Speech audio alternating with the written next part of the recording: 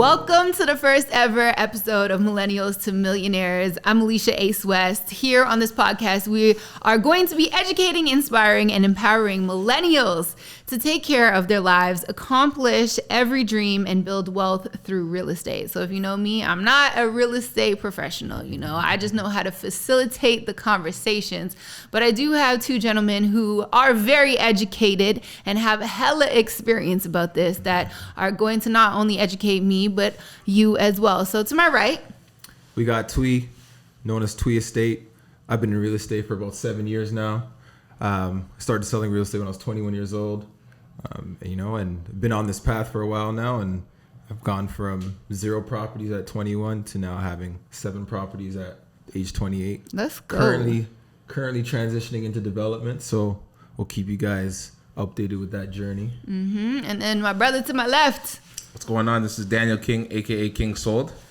I bought my first property at 21 years old. Just been licensed for about 1.5 years now. My first year in real estate, I was able to sell $50 million worth of real estate. And right now I'm a developer with M5E Developments. That's big money talks, 50 mil. Okay, we won't get into that. So like I mentioned on this podcast, we're really just here to educate, inspire, and empower you to potentially start your own real estate career, start getting into investing. And maybe you just want to just learn. Maybe this is just a hobby to learn about real estate, whatever. You'll eventually be able to decide what type of investment you want to make into real estate. And let's just get into more about your stories. Why did you guys decide, of all career paths, why did you guys decide to go with real estate? Well, I couldn't play basketball or rap, you know what I mean? Growing up watching TV, that's what you want to do. You drive the fast cars and stuff like that. Mm-hmm. But you wasn't pulling a Master P. Couldn't rap, play ball, or sell drugs. I couldn't do either of those 3 things. Yeah. So I knew that the lifestyle that I wanted. My mom's a single mom. I wanted to be able to take care of my family. And I know 90% of millionaires are built with real estate. So I like my odds. Mm-hmm. What about you? Me, I grew up drawing. So I used to be an artist. I went to art school and all that type of stuff. Yeah, so I went to art high school. And I always wanted to be an architect. Mm-hmm. So when I was young, I'm talking age 12 years old, I used to always run to the bus stops and look for resale home magazines. I don't know if you guys remember those yellow boxes that used to be at bus stops. Yeah, the bus stops. Right? And I remember them at Food Basics. There you go, yeah. Right where the automatic doors were. Yep. Yeah, exactly. So I used to always take those, and I used to be circling homes, looking for homes all day. And then I'd bring them to my mom, and she'd be like, yeah, okay, don't worry, we're going to get it. We're going to get it one day. And I'm like, when is that one day going to happen? So I'm like, I'm not going to deal with my mom no more. I'm going to my bro. So I went to my older brother, and I'm like, yo, this is what I just found. Look at this, And from looking at so many properties, I knew, I'm like, okay, this house, this size, this was a great deal, So he actually took me a bit serious, and he called the real estate agent, and we ended up moving into that house. That was the summer of grade 8 going into grade 9. Wow. Right? Bought the house for $314,900. I remember like it was yesterday. And then from then, I've always been into real estate. And then, I didn't end up being an architect, clearly. Mm-hmm. So this is kind of like my spinoff. And then once I get into development, I'll be designing my own stuff the same way. So God works in mysterious ways, right? It all came full circle. Yeah, that's one thing that I've noticed or realized in my own life is that we think we're going one way and we think it's going to be like a straight road, but in reality it's not. God be taking us left, right, back around, and all that other things. And even for me, I liked art as well, and I ended up going to school for the billionth time doing interior decorating. And so it was just a passion project, and it's you never know when those skills are going to help you do whatever you have to do, because I wouldn't be the person I am if I didn't go to the interior decorating school and start a blog about home decor. So you just never know how your life is going to intertwine, and it will help you. I know for you, Daniel, you used to be a car salesman. Yeah, most definitely. Yeah, so talk about that. So I'll take you back a little bit further than 12 years old. I'll take you back to when I was 8. 8 years old is actually when I started my first business. It was called Clean Kids. And I lived in an area where there was a lot of seniors, and I noticed that, fall time, there was always a bunch of leaves. Wintertime, nobody was shoveling their driveways. So I seen a problem, right? So as that business mind, my mom's a single mom. 8. Yeah, from 8. My mom's a single mom. I'm the oldest. I have a younger brother and sister. I wanted an iPod at the time, and I knew that if I asked my mom for it, she couldn't really afford it. So I'm like, you know what? How can I essentially save the money or make the money myself so I can get it? So I started this business, or I started raking leaves. I had 2 employees. They were my 2 best friends. And that's where my entrepreneurial life began. Throughout, middle school, I started selling things on eBay. I was buying and selling, doing shipping and stuff like that. And then in high school is when I started selling cars. So at 16, bought my first car. It's like a Honda Civic. I sold it, bought a Honda Accord. Flipped that. You love the Hondas. I like they're reliable. They don't end up in the shop too much. So from there, bought a G35, and from there, Beamer, and I started to build up from one car. I ended up building a car dealership in Brampton, Ontario. But that is where my journey started. I graduated high school with honors, and I went to Carleton University for business. I was there for a very short year. And I realized that, it wasn't the environment for me. And I also realized I was learning business from professors who's never owned a business before, right? So watching a lot of YouTube videos, listening to audiobooks, reading books, everyone said, find a mentor, and, you'll be successful, essentially. So I dropped out of school, and I came home, and I was on my path, on my search to continue, selling cars, building my car dealership, and find a mentor, So among that path, we'll get into that later episodes. But I was selling cars. They were a depreciating asset. And truth be told, I was doing well for myself. I came home right out of high school, started making 60, 70 grand a year. 2 or 3 years in, I was making 6 figures. And I was really doing well for myself. And then there was kind of like a light switch moment that kind of changed. It's a story that it's a little bit of a sad story, but it has purpose to it, and it's kind of what shifted me from going from selling cars to selling real estate. Just to kind of get into it, I won't go too deep, but I had a younger cousin, 15 years old. He was going through a lot of depression and stuff like that, school, home, and he committed suicide. This is someone that was over my house every single day. Him and my younger brother, they played soccer since they were 5 years old.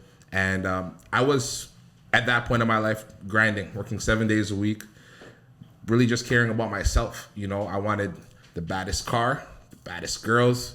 I wanted it all, Like a typical young 20 person. Yeah, exactly.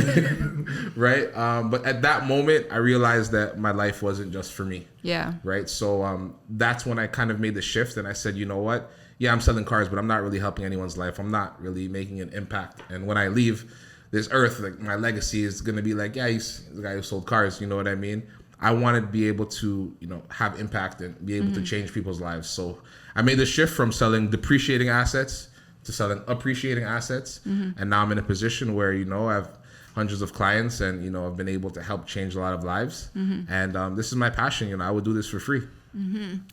Tweet, you said that you have 7 properties right now, and you bought your first one at 21. 21, yeah. What was that experience going through that process at such a young age? So, at 21, in the middle of my undergrad right now. So at that age, I was in Ottawa. I was going to Carleton University. It's crazy. At the same school. Shout out to the Carleton man. You weren't there when I was there, though. Nah, I'm a bit older. But yeah, so I ended up finishing school. But before I finished school, I was taking this real estate course, right? So I had an older brother that was always preaching the same message. Like, the other communities, they understand wealth, they understand properties, they understand how to build a real estate portfolio, right? So I was living in Brampton, and I'm seeing people of different ethnicities, have this crazy amount of success, and I'm seeing them in big homes and all that stuff. So it always made me I was always aspiring to sort of live like that, right? So we grew up in an apartment, a 2-bedroom apartment. It was 5 of us, so I would see my friends, and I'd see them not have much. So when I got to that age, and I started being able to do little hustles or whatever to make some money, I'm like, I'm not going to be like the typical, African Canadian child, right? I'm not going to, I like expensive things. I like, drip. I like those things. But at that age, I was still focused on the future. Even from back then, I was telling people that, we're going to be alive a lot longer when we're older than we are when we're younger, right? So it's not about buying these things like drip. That stuff comes out, and in seasons, they're done. They're out of style. Yeah. Right. So That rollie's in style, by the way. I just thought it's I in let you know style it's- now, but who's to say it won't? It'll still be. Right? I'm pretty sure your rollie will be good for life. Yeah, All that's right, let's- down, bro. The way the light's hitting it right now, being solid, I can't even see. I need some sunglasses. Let's dude. hope. Let's I'm hope, pretty let's confident hope. that's okay. You're Let's good hope. with that. So I'm in school and I find a property. It's a pre-construction. It's a 1+ den at Kipling and Albion. All right. So I go to my sister. I'm like, I need help to close this. I need help to buy this. So she helps me buy this, and then from there we bought it for $220,000. And then 3 years later it was finally built. It was a pre-construction, right? So she helped me close it. It was built, and then we rented it out. So now we rented it out to like a young couple, and rented out for 1 year. And I let them know that I was going to be selling the place. And then he's like, you know what? I might actually consider buying it. I thought he was joking. Yeah. And he hit me back. He's like, okay, can you send me the price that you're looking for? I'm like, what? Yeah, okay, yeah, sure. I sent him like $290. He's like, okay, cool. I'm gonna work on getting a pre-approval. I'm like, no, because if I sold it privately, I'm saving on all the agent fees, Commissions. right? Yeah. I would have lost. Yeah. so much Because you weren't an money. agent this time, were you? I wasn't registered yet. Okay, got you. So actually, no, I was. I were? was 100%. Okay. Because this was 2016 now. Got you. Right? I bought it in 2013. In 2016, it was built. But you still Right, would have I had to would've- pay I on would've the other paid side, the buying cooperating commission on the other exactly. side, yeah. So it would have saved at least like 10 grand or Yeah, so. that's big money. Right? So then he ended up actually coming through. He's like, okay, I have a pre-approval. Like, let's drop the agreement. And drew up the agreement. I'm like, yo, I'm amazed. I didn't have to market it. I didn't have to push it. You I didn't have to do anything. Yo, That was that's God the just put that easiest on that. way. Exactly. It was God working, right? And then so he actually closed, and obviously he lives there, so he didn't have to move Yeah, nothing. that's Yeah. It happened Smooth- externally. It was and literally transition. like, here's some papers, Yeah, sign, that's and we're it. done. the seamless transition. literally. Then my lawyer calls him. He's like, okay, yeah, everything's done. It's closed. I have your money. How do you want me to deposit it? I'm like, what? Do you have my money? No. It's like And it cash, was- debit, or And credit. it was a check. It was a check for like $96,000. Oh, wow. Just short of 100. Yeah, You know? couldn't make it 100, B? Like, I wanted to make it 100. Everything in me wanted it to be 100, but it couldn't be. $96,000. And you were like 24 at that time? I was 24. 2016, so I was 24. Yeah. Okay. And I Nice saw little check. $96,000, and then I'm like, this real estate thing is real. Yeah. I don't care what anybody else is doing. All my people are doing this and that and that. People are on the road. People are doing all these things. But I'm like, at that moment, I'm like, this thing It is clicked for real. you. That was the light that went off in your head. Yeah. And that I'm was like, the how investment you else- needed to go forward. How else can you make $96,000 in a year? For sure. For me, my light switch went off when I was 22. So just like you got my first property at 21, me and my best friend, we went half. And I got it by Square One in the Maryland Monroe buildings. Of course. Of course. Those were legendary back then. Yeah. Right? most Everybody definitely. wanted them. Yep. I got that at 219 too. So pretty much $220,000. My stories are so simple. It's very close. Very close. The light switch, that was a good flip, but obviously when you're partnering with someone, you got to split the commission. So I didn't make $96,000, but it was a good flip. I think I made like 25 bands. It was cool, but for me, it was 6 months worth of work. Like we got the place. There's only so much renovations you can do in a condo because it's a condo corporation, right? yeah. But there was carpet in there. We ripped it up. We put down some click engineered laminate floors and all the stuff we did ourselves. Like I went on YouTube and I'm like, yo, I can't afford to pay no contractor right now. I just spent all my money on the down payment. Yeah. I sold my Infinity G35 for my closing costs because I didn't even know what closing costs were. But I had to pay my lawyer fees, my land transfer tax and stuff like that. So this time I'm taking the bus. But I have a condo, right? So there was a tenant in there. We kindly asked her to leave. And, we essentially did some small rentals, put a backsplash in the kitchen. We ripped up the... Made it a little cute. Yeah, we put little ripped up the upgrades. carpet, put something down. We painted the whole place ourselves. So in about 5-6 months, we were pretty much ready to put it up on the market. We ended up selling it for, I think, around $260,000. So me and my boy split the profits. But that's not when the light went off for me. So right after that, my second deal in real estate, I'm like, all right, I got this little bag. I'm going to try to do something myself. So I found a property. It was on Hanson Road in Brampton. And it was a couple that was getting divorced. And they just wanted out of each other's hair. And it was crazy because very similar. Like, there was no agents involved. I wasn't an agent at this time, but literally, essentially, they wanted to just sell the property. So I'm like, all right, so let's get a good price. Let's figure out what would work. And the price they gave me was like $80,000 below market value. So I'm like, okay, we need to draft up this agreement real quick. And I need to lock this in, right? So we locked it in. And I was super excited. I was super stoked. And then I couldn't get the mortgage by myself. I called my mom. Mom's credit score is like 500. She couldn't help me. She couldn't do it either. Call my dad. He didn't pick up. There was nobody that was in a position to help me. So here I am. I have this deal in front of me where I have an opportunity to make 80 grand and I can't even close it. I can't get the mortgage. Yeah. So it's like, this deal's going to go to waste. And I remember talking to my best friend at the time. And I was just upset. I'm like, yo, man, I can't get a mortgage, man. I'm not making enough money to qualify. I went to like the private lenders. I went everywhere. Nobody was helping me out. So he was pretty much like, you know what? I have this this investor. He might want to take the deal off your hands. And I was like, okay, no problem. Like, it's useless to me. And he's like, how much do you want for it? And I'm just like, I just told you, like, I have no use for it, right? He's like, all right, let me call you right back. He calls me right back. He's like, he'll give you 10 grand for the deal.